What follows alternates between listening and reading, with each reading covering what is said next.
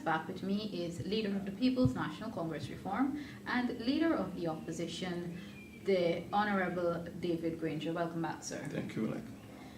Lawlessness seems to be prevalent in almost every aspect of our society. That includes in every sector. This week, we take a look at the lawlessness as it relates to persons who traverse our rivers daily. As you know, in the past years, probably the most prevalent and prominent river accidents would have we would have seen those in 2007, 2008, 2009, 2011, 2012, and of course more recently 2013. Mr. Granger now will shed some light on what he thinks really is the problem regarding river transportation in our country, that these accidents cause us to lose what is probably the most important resource of our nation, and that's the human resource. Mr. Granger, why is it that our rivers are not safe, and what can be done to make our rivers safer? That's a good question, because we have all grown up hearing that Guyana is the land of waters, and of course visitors from the Caribbean in particular, always marvel at the amount of rivers and the size of the rivers we have to traverse. One would expect that this is a fact of nature, this is geographical reality, so one would expect that if the rivers are the means by which many of our citizens have to move from place to place, that we would ensure that there's safety on the rivers. And you put your finger on an important aspect. Why is it that a geographical feature, which is so prominent, which is inevitable, we have to use the rivers, why shouldn't we ensure that there is greater safety for our citizens? I mean, I myself have traveled over this country, and there's some areas in the Barima-Waini, particularly, and the Masri, where children go to school every single day with canoes, with corials. So it is inevitable that we use the waterways. Of course, they use it for other purposes, particularly in the hinterland, use it for drinking water, for bathing, for washing, other household purposes. And you'd recall that in February, March this year, in the Barima-Waini region, several people died because of the use of river water. Now, why don't we make the river safe? Number one, as I said, we have to look at what the rivers are used for. But number two, some of the problems that are rising in 2013 arose over 100 years ago when pork knockers and other people were going into the hinterland for the first time. Now, more than ever, the rivers are congested. You have, for example, in the Berbice, you have bauxite barges using the river. In the Essequibo River, you have timber barges and other people, you have school children using, you have a pleasure or leisure. Some people go up the rivers to go fishing or hunting on the weekends. You've got people, in Demerara River want to get to work on time because they don't want to travel by there might be a problem with the bridge, the Demerara Harbor Bridge. So you've got a dozen categories of river users, all of them using their various vessels, boats, in order to get to where they want to. You have to have regulation. There is a department of government called the Maritime Administration Department, they call it MARAD for short, under the Ministry of Public Works. And that is the agency responsible for regulation. To answer your question, why are there so many accidents? Why is there so much lawlessness? Because the government of Guyana is not doing its work. Just like you have traffic on the roads, you have traffic on the water, and we must regulate traffic. And if there is a failure to regulate, we have the situation we find ourselves with now, the lawlessness. I'm happy that you did mention MARAD, because I read somewhere that MARAD in 2013, and it was public knowledge of course, in 2013 had launched a campaign to make our rivers safer. Have they done enough? I mean, we're only 4 months away from that, but has enough been done since that campaign launch? Well, there are limitations to what MARAD can do, although I criticize the government. I want to make it clear the government must do more. Okay. There is a problem. Number one, you need to have regulations governing the type of craft. The craft itself must be safe. Just as the vehicles using the roads must have fitness, vehicles must be safe, the vessels must be safe as well. Number two, the vessel must have the equipment that is necessary. And in all fairness to MARAD, they have been insisting that commercial operators should provide the equipment, flotation devices, life jackets.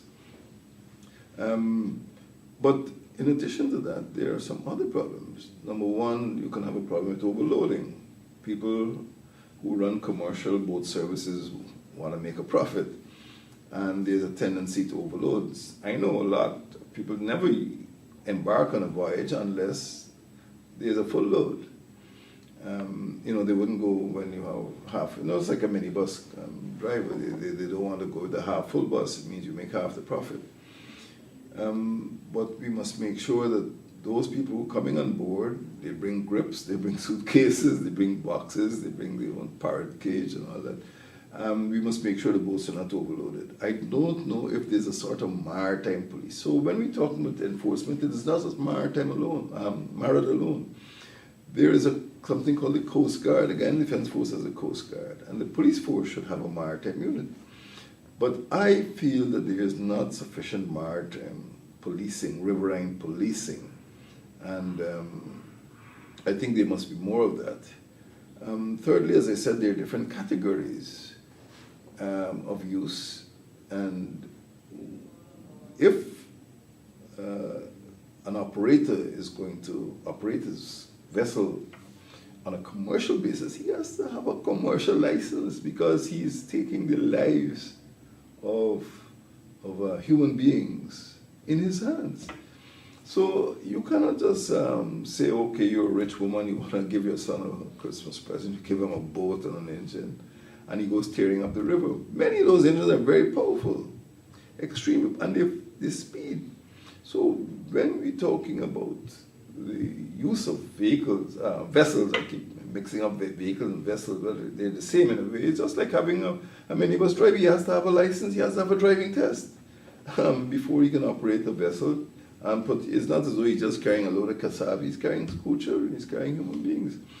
So there must be examinations for persons who will be captains, and those boats have to be staffed. They must have a bowman, somebody in front, and they must have a captain who presumably is going to be at the back. And those persons have to be trained, they have to write examinations so that they know how to behave in an emergency, just like on an aircraft, the airline stewardesses have to be trained in case there's an emergency, the boat hits springs a leak, or it breaks down for some mechanical and other reason, but the person must be trained. So we're looking at equipment, we're looking at the actual structure, the construction of the vessel, we're looking at the training of the persons. We're not just looking at the little profit-making enterprise, we're looking at vessels which perform a very important function on our rivers, and there must be better regulation. And right now there's not enough regulation. I'll come back to those boat operators, the commercial operators in a bit, but you mentioned Coast Guards, and just for the benefit of the viewing and listening public, what really is or should be the job of the Coast Guards? Because I know when people hear Coast Guards, they're not necessarily thinking about somebody probably traveling from Parika to Bartica. They're thinking larger, further out. What is the job of our Coast Guards? Well, really, it is to protect our maritime space, and you're quite correct that we really should be thinking of the Coast Guard as being in our coastal waters and in our EEZ, Exclusive Economic Zone, our fishery zone. Much of the policing of the rivers should be in the hands of the civil police, but I do not believe that the civil police has sufficient craft. And maybe because of a deficiency in the performance of the police, and here I'm guessing, I haven't seen them operating effectively in the riverine areas. The Coast Guard has been coming closer and closer to the land, and in fact some of them got into trouble a few years ago because they got involved in some domestic crime on our river. In fact, GDF soldiers died in one of our rivers in one of the earlier accidents. So to answer your question, the Coast Guard should protect our coasts and our fishery and economic zones. They should be out there where people are doing petroleum exploration, where people are poaching on our fishery and other resources, where people are getting involved in piracy. I would say that the rivers should be the preserve of the marine police. While we're probably waiting on marine police to probably step it up, on land we have what we call community policing groups. Can something like that or similar to that be created to help assist in ensuring river safety? Well, unless you provide them with vessels, I don't see that happening. But let me warn you that in my concept, in my perception, the community policing groups in this country under the Ministry of Home Affairs, because they're not even under the police, they're under the Ministry of Home Affairs, the CPGs are misused. We really should not have CPGs because they encourage what I call vigilantism. They encourage people to band themselves together, and when they feel that the situation warrants it, they would pounce on somebody who comes into their community, as we've had in 2 or 3 cases, and beat them to death. I think that is not the way to enforce the law. Community policing should be a method, a process by which the regular police discuss with the communities how security could be provided. It is not a group of people with jerseys and batons. So the concept that we have in Guyana is an aberration. If you speak to people in other countries about community policing, they would say, yes, once a month or once a week we meet with the local police commander and we say, look, there's a widow living there, let's just make sure there are more patrols, or there are people bringing marijuana into the community. It's a different thing. So I wouldn't feel it's appropriate for what we're talking about. What we need is marine police who ensure that the boats are seaworthy, well, river-worthy, that is, they're not likely to spring a leak. They ensure that people are licensed, the boats are licensed, and the operators, particularly the captain, is licensed, that there's no overloading, that people wear their life jackets, that the boats have, even maybe if the boats travel in bad weather, they have lights or horns, so that, for example, I think in the case of the fatal accident in the Pomeroon, where 6 persons were killed. If it's raining, sometimes on those rivers, it is difficult to see 30 meters ahead of you, you know. And if people are traveling at a rate, you really do not see. So you need to have horns and you need to have lights. And there should be light on the right side of the boat, left side of the boat. There should be a horn so that while you're going along, you just sound the horn so people know, and maybe they reduce their speed because they know somebody else is operating in the area. And sometimes even an area like the Pomeroon. Now the Pomeroon is a riverine community. You know, people live there. The only way they can go to school, the only way they can go to the shop, the only way they can get to their farms is by river. If they're ill, there's only one way they can get to the hospital, by river. So the river is like a highway. So a lot of people are using that river for different purposes, for commercial purposes, for leisure purposes, for private purposes. So we need to ensure that when a big, fast, powerful boat, like the region boat that happened a few months ago, goes pouring along that river, other people paddle canoes, the Corials, are warned. Somebody is pressing a horn, sounding a horn, boop, boop. They know somebody, a big powerful man's coming, they stay on the side. So we need to have a maritime enforcement arm of the Guyana Police Force, which could maintain order on the riverways, just as you have traffic police maintaining order on the, well, I don't think they do such a good job, maintaining order on the roadways. I'm going to come back to the human side in a bit. You touched on this a little earlier. Do you believe that there is, even if not sufficient, there is some sort of program or procedure for persons operating these boats? Because sometimes when you travel via water, especially the speedboats, you get the impression that it's just a man who has a boat, knock up a few pieces of wood, and okay, fine, he can steer the speedboat from Perica to Bartica or wherever the person is going. Do you believe that there is anything even remotely close to what it should be to ensure that these operators are certified? Yes, I cannot pretend to know everything that goes on within MARAD, but Okay. there is a system of licensing, and I do believe there is a system of certification. I do not know how rigorous those tests are, but I would expect that a person has to be familiar with the mechanical workings of the engines, so that in case there's a breakdown, you're not left stranded. I was left stranded once in the middle of the Essequibo River because the operator ran out of gasoline. Very embarrassing. But the person must know about the mechanical operation maintenance, because you can't just get out and walk. Once it's got to be fixed. Number two, the boat must have proper communication, so there must be some sort of maritime office so that the person could call in. I'm now leaving Bartica. It takes 65 minutes to travel from Bartica to Perica. So if there's a delay, the head office is notified, this thing is an hour late, let's send out a search party. But the captain must be tested in operation, he must be tested in security, he must be tested in the safety of his passengers. He must not leave unless people put on their life jackets. He must not leave unless the engine is working and he has enough fuel. He must not leave until people are settled in the boat and they're not walking about and that type of thing. So yes, I do believe there is some system. I don't know how rigorous it is. Brigadier, in your experience, or I should say, because I always give you the historian cap, in your historian, or I should say historical background, because sometimes you look at those life jackets, some of them, and they're worn because the amount of times people use them. How helpful are those life jackets if a speedboat turns over in the middle of the ocean, especially the dark night, in the middle of the river, sorry? How effective are they? Well, you're asking two questions. You ask how helpful. Sometimes I look at them and I say how helpful they are because they look quite dirty to me.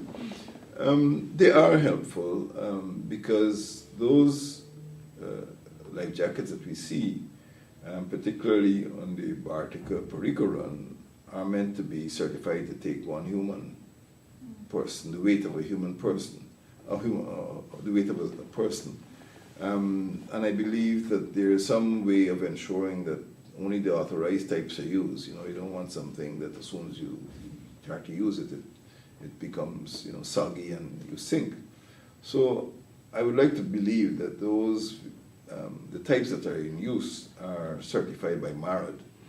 What I'm also concerned about is that they are laundered, periodically, every week, for example. Okay. They are put in some dry cleaning thing so that if somebody has a skin infection, I don't put the same thing on my skin, and then I get infected. And that maybe every week it's clean, so there's no build-up over the year. That, every day, you have 5 or 6 people using the same life jacket, and then it becomes quite nasty. There are several areas which need to have better regulation, and there must be some central or some standard of training those persons. One particular area is in Kumaka and Moruca in the Barima Waini region. The second particular area would be in Region 2, where you have Charity and Supanam. The third is in Region 3, particularly in Perica and Breeden Hoop, because people still cross by boat from Breeden Hoop to Georgetown. The fourth is, well, of course, Georgetown's in Region 4. In Region 6, 5 and 6, you have the New Amsterdam crossing, Rossignol, New Amsterdam crossing. In Region 6 also you have the backtrackers going to Suriname from Corriverton. In Region 7, Bartica, you have people particularly going to the hinterland and mostly to Perica from Bartica. And up the Mazaruni River, that is particularly hazardous. And Bartica also is the center of our national regatta. I call it national because it's the biggest regatta. And you need to ensure that people who go up there for leisure, they go hunting, they go partying, don't drink too much, and they don't use their boat in a dangerous way, by speeding, ignoring other river users. So I would say that there is pretty wide coverage, but all regions, without fail, need to ensure that there's less lawlessness and there's more regulation. Because if you look at the deaths, we've had, I think a pregnant woman was killed in Berbice. We had one case, a very bad case in the Corentyne River, in which the propeller got snagged in a fishing net and the boat capsized. I think it was 7 people were killed. We had people in the Maruka, and I myself was in a bad accident in the Maruka, a near accident in the Maruka, because the captain was drinking. I didn't look behind, but apparently he was drinking. And Maruka, there's some areas where it's what they call savanna. It's wet grassland, and the river really runs through. Sometimes it's hard to see where the river is, but people are very skillful, and but some of them, when they drink, they can commit these terrible offenses. So in all of the regions, you've had some very, very bad accidents. Mazaruni had a bad accident this year, in which 11 persons were killed. Now, when you consider that many minibus accidents don't take 11 lives, you can imagine how horrific that is, the speed they were traveling at and the lawless behavior of people on the rivers. So there needs to be a lot more regulation and enforcement. Over the years, people would have, and you can correct me if I'm wrong here, I'm thinking that people would have gravitated toward using the ferry instead of, because of course that's a bigger boat, instead of using the speedboat. And earlier you mentioned a pregnant woman. Somebody who's pregnant now may prefer to use the ferry rather than use the speedboat. That may have somewhat helped to save lives, but how can a person, and you mentioned yourself in that the captain was drinking, how can a person traveling on these speedboats try to somewhat contribute to their own safety? The part of it is training, that these captains now have to be given licenses just like minibus drivers. They must be probation licenses, they must be licenses for private operation, there must be licenses for commercial operation. I see at least 3 types of licenses. So the training is first. The person must have good eyesight, the person must be free of conviction. If the person has killed people before, you don't want a person operating a boat. So that is where it starts. And the second thing is enforcement. You have to have marine police. There are too many people dying. And the marine police must support. MARD is a government department. It is not trained on enforcement. It's not trained in arresting persons who commit offenses. It is not trained in maintaining records. I don't know if they're really trained or if they are oriented towards actually initiating prosecution against people who commit offenses. But there have been so many deaths, and there's so much lawlessness on our waterways that we need to treat the waterways at the same level that we treat our roadways and highways.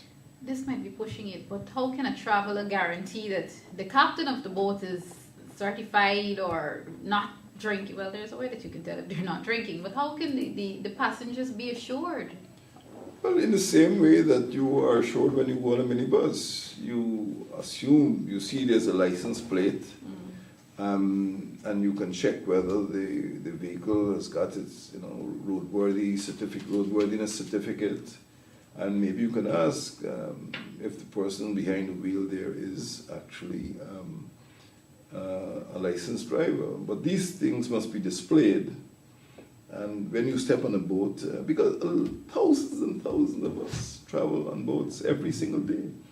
As I said, in some rivers, in some parts of the Burbis River, Pomeroon River, there's only one way you can get to the other side. You can't swim. There's only one way you can get to school.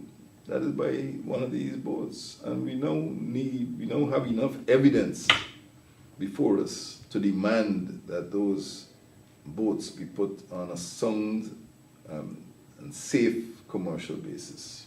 Coming back just a bit to the Maritime Administration Department, probably aside from programs and discussions like these, what can help the Maritime Administration to help strengthen it and to do more? Because, aside from the ministry and the government, it begins with them. How can they do more to step up? If they need probably advice from APNU, and what is APNU willing to contribute? Well, APNU is going to go to the National Assembly, because once lives are lost, in such an extraordinary and abnormal way, we are going to take the matter up, because we are there to protect the people, we're there to look after the people's interests. But I would say that number one is that the Maritime Administration Department needs to be assisted in ensuring that persons operating those vessels are fit to do so. And secondly, that they are supported by the Marine Police. It's something I've called for before, because I am quite sure they don't have the ability to arrest, prosecute, and incarcerate. And I think that they must be supported by the police, who have those powers. A policeman could call you in for questioning. They can, arrest you, bring you before the courts. But I don't think the Maritime Administration could do that. I'm not aware that they've ever done it. And we've had a lot of deaths. Finally, on this broadcast, sir, can Guyana at this time afford, in terms of monetary resources, can we afford to strengthen that area? Well, quite simply, when you see the amount of lives that have been lost in the Corentyne River, Burbis River, Demerara River, Pomeroon River, Mazuni River, Essequibo River, can we afford not to have better enforcement? Okay. I say we must find every way possible to make our river safe for our children and the other river users. We are a land of many waters, but we must make sure those waters are safe. Okay. Thank you very much, sir. This has been another program of the Public Interest. I am Malaika Ramsey. Thank you very much for joining us. Goodbye.